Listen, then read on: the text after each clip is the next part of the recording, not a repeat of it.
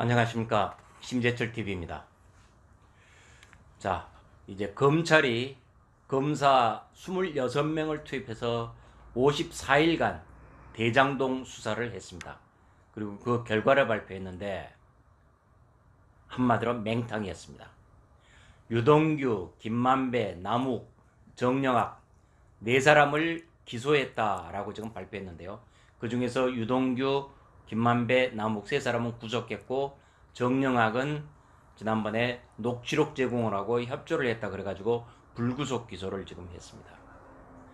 자, 아무튼 전체적으로 보면은 이 나쁜 인간 몇 명이 작당을 해가지고 엄청난 돈을 해먹은 부동산 개발 비리다, 개인 비리다 라는 걸로 결론을 맺고 말았습니다.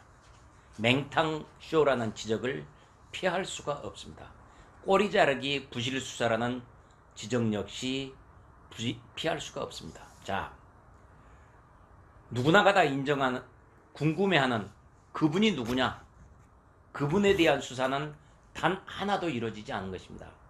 이재명 지사 스스로가, 이재명 후보 스스로가 내가 설계자다라고 했는데 그것에 대해서는 아무런 접근도 하지 않았던 것입니다.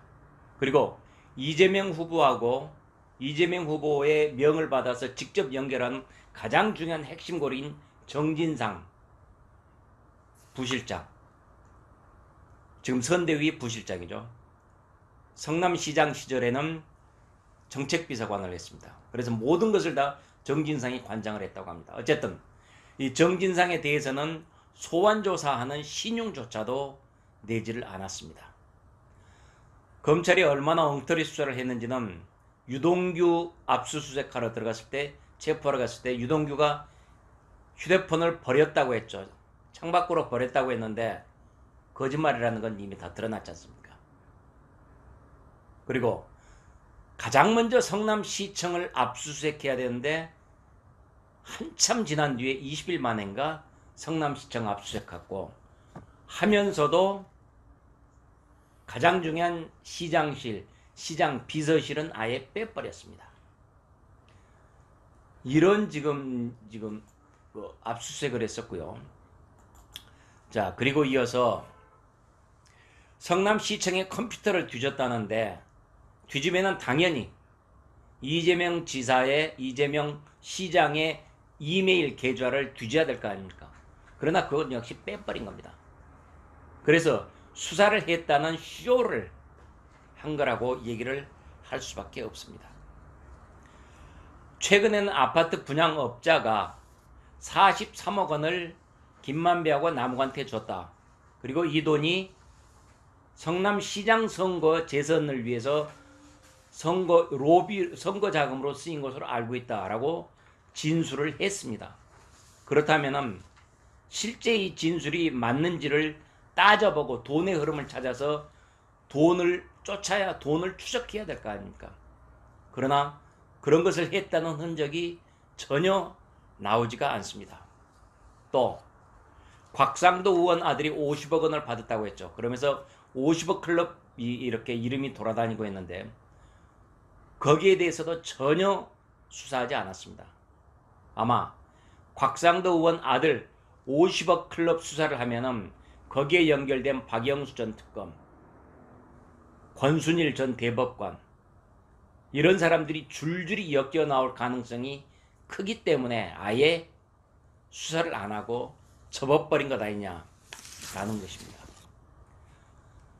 성남시의 산하기관의 중간 간부, 책임자도 아닌 중간 간부에 불과한 유동규가 성남시장의 허락 없이, 아니 시장 모르게 어떻게 무려 1조 1,500억 원짜리 사업을 자기 마음대로 결정을 했겠습니까?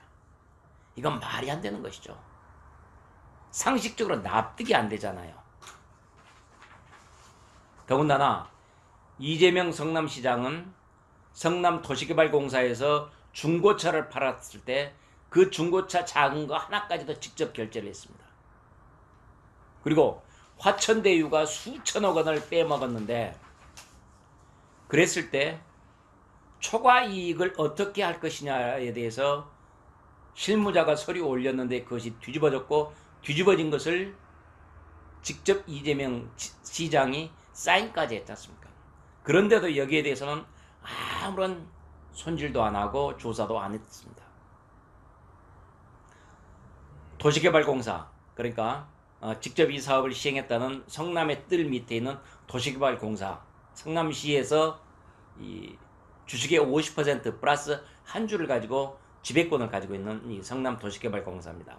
그런데 이 성남 도시개발공사는 그 정관에 재산의 주요 변동에 대해서는 당연히 시장에 보고하고 허락을 받도록 되어 있습니다.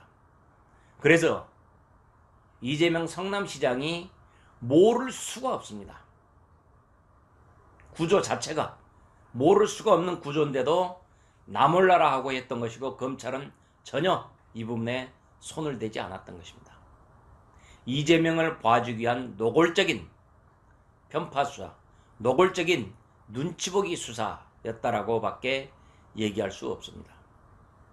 그리고요, 마지막에 수사 결과를 발표하고 공소를 제기한데 그 공소장에 검사 이름이 들어가지 않습니까? 그런데 이번에 수사했던 검사 18명 이름을 줄줄이 다 써놨습니다.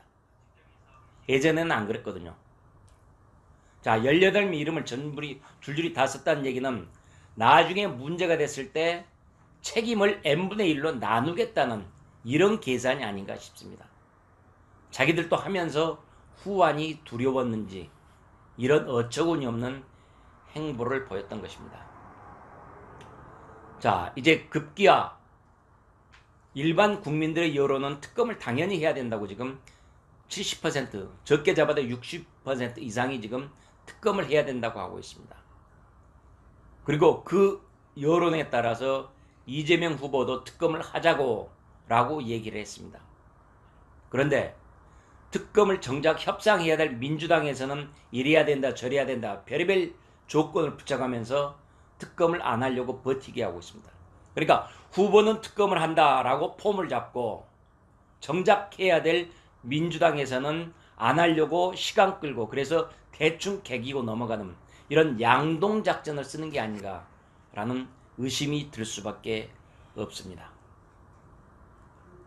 결국 이 대장동 게이트는 특검밖에는 답이 없다라는 것을 이번 검찰 수사 결과는 분명하게 보여주고 있습니다.